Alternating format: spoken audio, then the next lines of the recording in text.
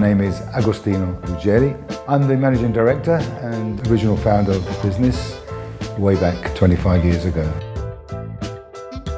The idea of coffee machines was pretty much to do with, I guess, my Italianness.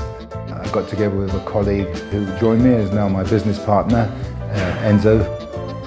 The relationship I had with Ago started very, very early on. It's been a really tight family-based relationship.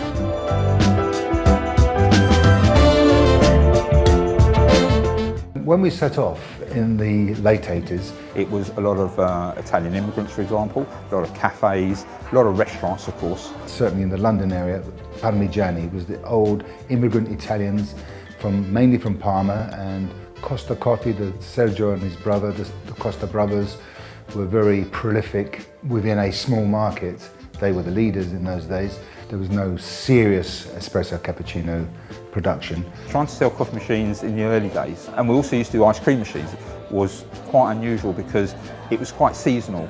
Over the years, ice cream has faded away and coffee has carried on. To sell a £2,000 coffee machine to someone who's not ready for you is not easy. I found it really, really difficult to sell to non-Italian customers. The thought of, in those days, spending nearly £2,000 on a coffee machine horrified the English restaurateur and hoteliers. They just, £2,000 to make a coffee, you must be joking.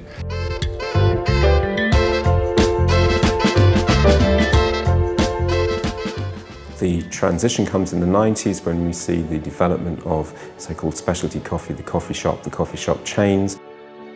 We knew something was going on because we kept hearing about this coffee explosion in America on the West Coast, and that's why we went out to have a look. So we got on a plane, went to the West Coast, went to Seattle and had a look and saw this thing called Starbucks. They used that format of a place where you would actually go, sit down, drink a coffee, enjoy the time and enjoy the coffee, and were prepared to actually therefore pay for a nice coffee and expected, of course, to see a coffee that justified the price you were paying for it.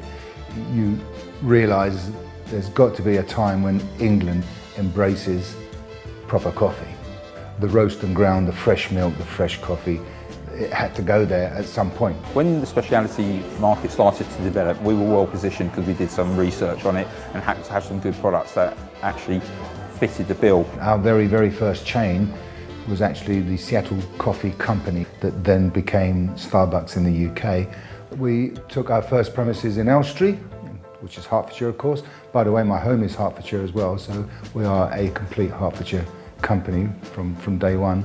We were the first people to introduce bean to cup machines to Pret A Manger Group, and they were nowhere near the size they are now, so that was quite interesting. We worked with people like ASK Group, Pizza Group, which then obviously expanded to these, and of course Caffè Nero. We've worked with them since day one, and that's evolved very nicely up to where we are today. I've been involved with Caffè Nero since before we started. Milmar, they knew what they were doing, they were very professional. They knew more than we did, so we kept them in the family, and they've been there ever since.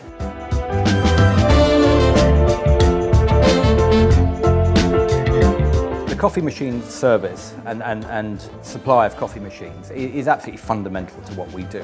Without a coffee machine, we simply can't operate. I mean, we will literally have to shut the front door and just say, come back when it's ready. Clearly, no customer wants a machine that's down. As soon as a machine is not making coffee, money stops going in a till, and everyone gets very excited. So it's a priority for us. Every bit of investment at this moment in time is going into improving service all the time. And I think our workshop alone is evidence of that. But one of the things that always struck me in Ago's headquarters is looking at their distribution map where all their service engineers are, and the map is of course of the whole of the UK. So they are running operations from here, but they are running people everywhere, and that again I find very impressive. We like to think that the business is a family. You know, we've got a very low attrition of staff, we've got a lot of members of the team who've been with us for a long, long time. We'd like people to feel welcome when they visit us. We want to see people that know what they want and recognise a good drink when they get one.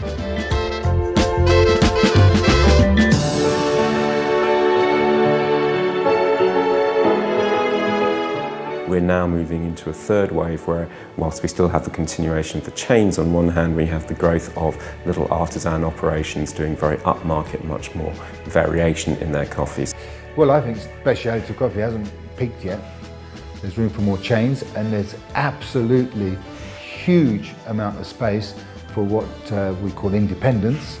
There's younger people coming in, they're looking at new ideas. I think of an example of the Messiah Cafe that I went to in Seattle. It was dedicated to God. You could have a Holy Moly espresso, I remember, just things, quirky stuff. But it worked, it was heaving. It is evolving all the time, and coffee's replaced the pub, to be honest. The cafe is the meeting place for younger generation. And now hopefully we might see something that happened much earlier in the US, which has not really happened in the UK, and that's the introduction of micro roasting, so that we have these little artisan roasters bringing people into the shop, giving them a chance to taste the coffee that they have roasted in the shop. That's how far it's come from not understanding roasted fresh bean coffee to we want to do our own. That's the whole journey of 25 years, that's the transformation.